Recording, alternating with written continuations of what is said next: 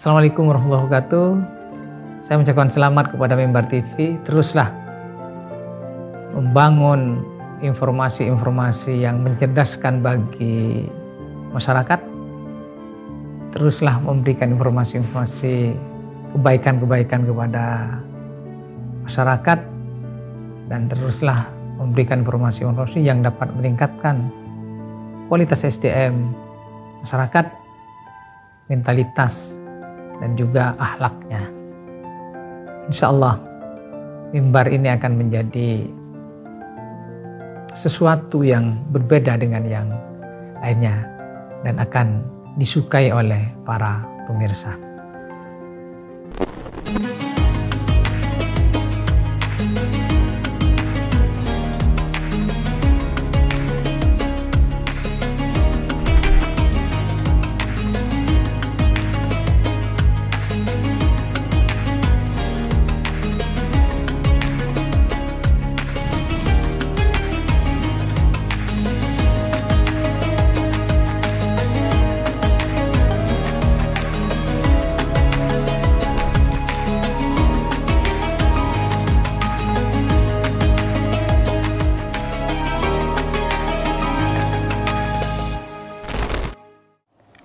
Assalamualaikum warahmatullahi wabarakatuh. Waalaikumsalam warahmatullahi wabarakatuh. Bismillahirrahmanirrahim. Alhamdulillahirabbil alamin.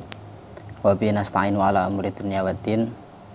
Sayyidina Muhammadin wa ala alihi wa sahbihi ajmain, amma ba'd. Alhamdulillahirabbil alamin.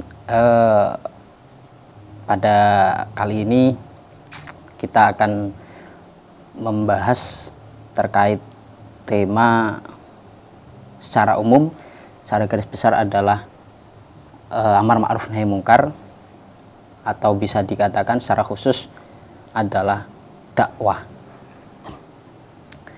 Dalam berbagai literatur kitab yang telah dikarang oleh para ulama, banyak sekali yang menjelaskan terkait metode-metode dakwah atau amar ma'ruf nahi mungkar. Jadi para ulama itu telah membukukan sebenarnya ideal amar ma'ruf nahi mungkar yang telah difirmankan oleh Allah itu sebagaimana. Seperti dalam surat An-Nahl kan ada ayat yang membunyikan ud'u ila sabili rabbika bil hikmati wal mau'izatil hasanah wajadilhum billati hiya ahsan. Nah, ini oleh para ulama itu dikaji. Yang dimaksud dari dakwah bil mau'izah hasanah, kemudian mujadalah billati hiya ahsan itu bagaimana? Nah, beberapa kitab yang menyimpulkan metode-metode dakwah atau amar ma'ruf nahi mungkar itu seperti dalam kitab Ihya. Dalam kitab Ihya itu juga menjelaskan terkait metode amar ma'ruf atau dakwah yang tepat. Apalagi di era kekinian yang masyarakatnya juga beragam kan, maka perlu adaptasi dan juga harus terus menyesuaikan dengan objek yang kita jadikan sasaran dakwah, ya kan. Seperti yang dikatakan Amirul Mukminin Sayyidina Ali, bahwa seorang yang dai itu harus husnul khuluq, kan begitu kan. Nah, arti husnul khuluq itu apa? Muwafaqatun nas ma'adal ma'asi, atau ya kita selaraskan dengan rakyat, dengan objek dakwah kita, selama hal itu bukan hal yang maksiat. Nah, menarik untuk dikaji yaitu adalah fenomena-fenomena, ya mungkin acara-acara, kemudian majelis-majelis yang di dalamnya dalam tanda kutip disertai dengan hal-hal yang mungkin berbau-bau larangan syariat gitu ya. Apakah itu bisa dikatakan dakwah dengan cara yang benar atau tidak? Dengan mungkin dalihnya adalah, lah ini kan udah kebiasaan masyarakat, ya kita harus adaptasi dong, kan gitu ya. Katanya dakwah itu bitadrij, dengan pelan-pelan, ya harus kita ikuti dulu ritme dari dakwah, dari si objek itu sendiri, audien. Perlu diketahui bahwa beberapa kitab seperti dalam Al-Hawilil Fatawi karya Imam Jalaluddin As-Suyuti, ataupun Fatawi Fiqhiyah Kubro karangan Imam Ibnu Hajar Al-Haytami, menjelaskan bahwa yang dimaksud dari adaptasi kita atau tadrij kita untuk melaksanakan dakwah itu bukan berarti kita menyertakan hal-hal mungkar dan kita biarkan begitu saja dan kita anggap itu sebagai tadrij. Nah, beliau menyampaikan di situ bahwa yang dimaksud dari dakwah dengan pelan-pelan dan tidak langsung dengan cara spontan, itu yang dimaksud bukan kita kemudian membiarkan kemungkaran itu terus berada. Tetap hal itu tidak boleh diadaptasi oleh kita sebagai orang-orang yang dai gitu kan. Itu tidak boleh untuk membiarkan kemungkaran itu terus ada. Biasanya orang-orang yang ya mohon maaf, mereka yang berdalih seperti itu menggunakan ayat wa'mur bil urfi wa'rid anil jahilin. Jadi amar ma'ruf itu harus dengan baik. Ya kita masyarakat maunya gimana ya kita ikuti mereka jalannya, lalu kemudian kita sisipi hal-hal baik. Ini kurang tepat. Kita contohkan begini. Semisal dalam masjid, masyarakat setempat biasanya adalah berjudi semisal begitu. Kemudian kita ajak dakwah dengan kita tetap membiarkan judi itu ada. Terus kita kita dengan mindset kita, wah judinya nggak apa-apa, mungkin kita ajak sholat dulu saja, yang penting di masjid. Justru itu salah kaprah kan begitu. Udah judi di masjid pula kan begitu. Nah, yang maksud dari adaptasi itu diperbolehkan adalah ketika hal-hal itu berbau yang tidak haram, yang tidak dilarang oleh syariat. Begitu. Contohnya, semisal dalam beberapa metode dakwah itu ada yang menggunakan cara, semisal ini ada di dalam kitab itu, seperti yang ada dalam Fatwa Fiqhiyah juga, adalah dengan mengumpulkan banyak orang, kemudian kita buat acara masak-masak. Ini adalah hal yang mubah. Masak ya mungkin, dakwah itu kan terserah, yang penting tidak menggunakan atau tidak dicampur dengan hal yang mungkar tadi. Nah, entah mau masak ataupun tidak kan, ya boleh-boleh saja kan begitu. It'am atau memberi makan kepada orang dan sebagainya. Bukan kemudian yang dimaksud adaptasi atau tadrij itu yang haram dibiarkan, kemudian kita masuki hal baik atau positif. Bukan seperti itu. Hal ini juga dinukil oleh ulama kita, diambil pendapatnya oleh Syekh Hasyim Asy'ari dari kitab At-Tanbihat Al-Wajibatnya niku. Di sana menyebutkan kasus terkait maulid. Jadi beliau itu pernah mendengarkan atau bahkan tahu terkait maulid yang berada di suatu daerah di Jawa Timur pada zaman beliau, bahwa di acara maulid itu sering terjadi hal-hal yang mungkar, berbau-bau haram itu, seperti mungkin perempuan yang tidak menggunakan kerudung atau terbuka auratnya dan sebagainya, bahkan sampai ikhtilat. Beliau menyinggungnya dan kemudian beliau simpulkan dengan mengutip dua ulama tadi, ya, salah satunya adalah Imam Ibnu Hajar Al-Haytami itu. Beliau kutip dan beliau simpulkan bahwa dalam acara maulid, apalagi maulid Nabi kan ya, yang begitu agungnya, yang kita layak agungkan, masa kita akan mengadakan acara tersebut dengan hal-hal yang berbau larangan dari Nabi sendiri?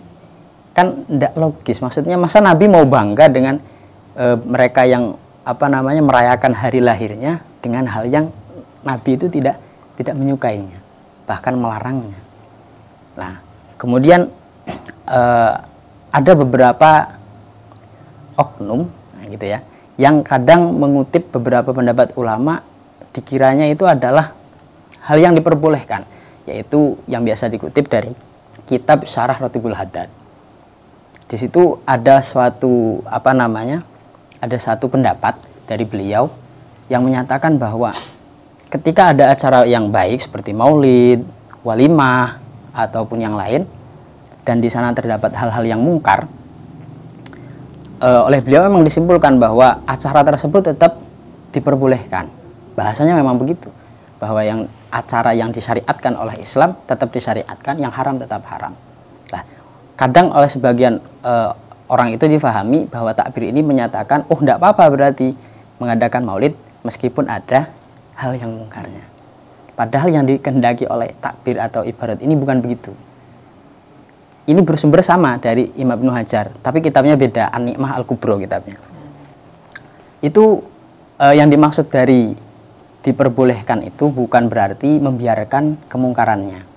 Tapi beliau juga melanjutkan ibaratnya, kita tetap melaksanakan dakwah dengan ya majelis, walimah ataupun apa, namun kita jangan diam terhadap kemungkaran itu.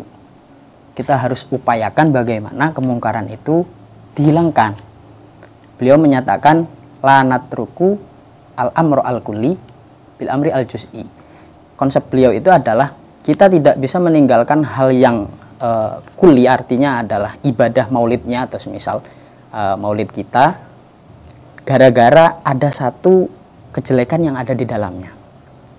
Terus bagaimana? Berarti boleh dong maulid dengan adanya kejelekan? Bukan itu yang dimaksud. Tapi yang dimaksud adalah kita tetap melaksanakan maulid, aslu maulid, hukum asal maulidnya tetap masyru', disyariatkan, cuman maksiatnya harus kita hilangkan sedikit demi sedikit. Nah, begitu.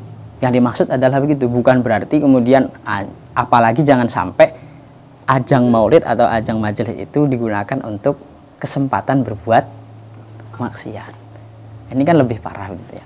Sehingga para ulama yang menyimpulkan metode-metode tersebut itu kalau mengutip dari ulama terdahulunya seperti dalam Ihya bisa disebut dengan kata al-mudaroh. Begitu. Jadi prinsip dakwah itu al-mudaroh. Apa itu al-mudaroh? Al-mudaroh itu adalah sebuah metode dakwah dengan cara kita berbaur dengan masyarakat, kita beradaptasi dengan masyarakat, ya kan? Meskipun ya masyarakat yang mungkin ya tidak baik begitu ya, perilakunya buruk dan sebagainya, namun kita tetap terus upayakan sekuat tenaga kita untuk menghilangkan kemaksiatan itu. Nah, itu mudaroh. Nah, yang tidak boleh, yang sering terjadi itu adalah al-mudahanah. Ya, ini kebalikan dari al-mudaroh. Apa itu al-mudahanah? Kita nyaman dengan adanya kemungkaran itu dengan dalih nggak apa-apa kan kita dakwah. Nanti juga lama-lama mereka sadar, lah ini yang oleh Imam Ghazali disebutkan bahwa al-mudahanah itu hukumnya tidak diperbolehkan, berbeda dengan al-mudaroh. Seperti yang dikatakan Al-Imam Al-Munawi di Faidul Qadir, mal farku, apa bedanya al-mudahanah dengan al-mudaroh? Bedanya cuma satu. Kalau al-mudaroh, kita itu mengupayakan hilangnya kemaksiatan dengan upaya yang dengan upaya-upaya yang kita lakukan. Kalau al-mudahanah itu adalah kita pasrah ya, membiarkan gitu. Jadi kita biarkan saja ada kemaksiatan, apalagi bahkan sampai dalam tanda kutip memfasilitasi gitu ya. Dalam tanda kutip memfasilitasi kemaksiatan.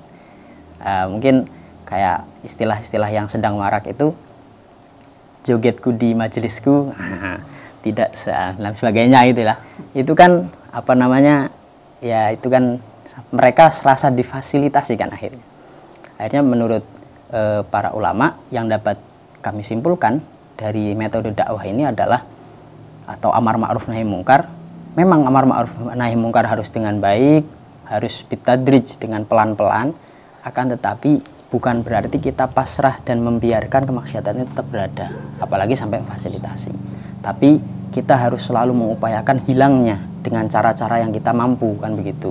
Semisal ya kalau yang dimaksud maksiat itu adalah bercampurnya laki-laki dan perempuan, ya mungkin dibuatkan satir, kan begitu. Kalau ada majelis yang mungkin ya mohon maaf, maksudnya yang tidak menutup aurat yang begitu, ya berarti kita usahakan dengan menutup aurat dan sebagainya, begitu. Sehingga istilah yang bahwa istilah yang kita bawa tadrij, pelan-pelan dan sebagainya dengan membiarkan maksiat itu kurang tepat. Karena beberapa takbir yang digunakan tendensi seperti yang ada dalam kitab Syarah Ratibul Haddad maupun yang lain, itu yang dimaksud seperti tadi, yaitu tetap diupayakan hilangnya, begitu. Memang ada ulama yang menyatakan bahwa hal itu hal yang masyru' tidak ditinggalkan karena hal yang tidak masyru'. Tapi yang dimaksud adalah tetap diupayakan menghilangkan hal yang tidak masyru' itu sendiri. Sehingga dakwah itu mengajak, intinya adalah mengajak bukan merusak. begitu ya. Mungkin itu saja dari kami, kurang lebihnya maaf. Wassalamualaikum warahmatullahi wabarakatuh. Waalaikumsalam.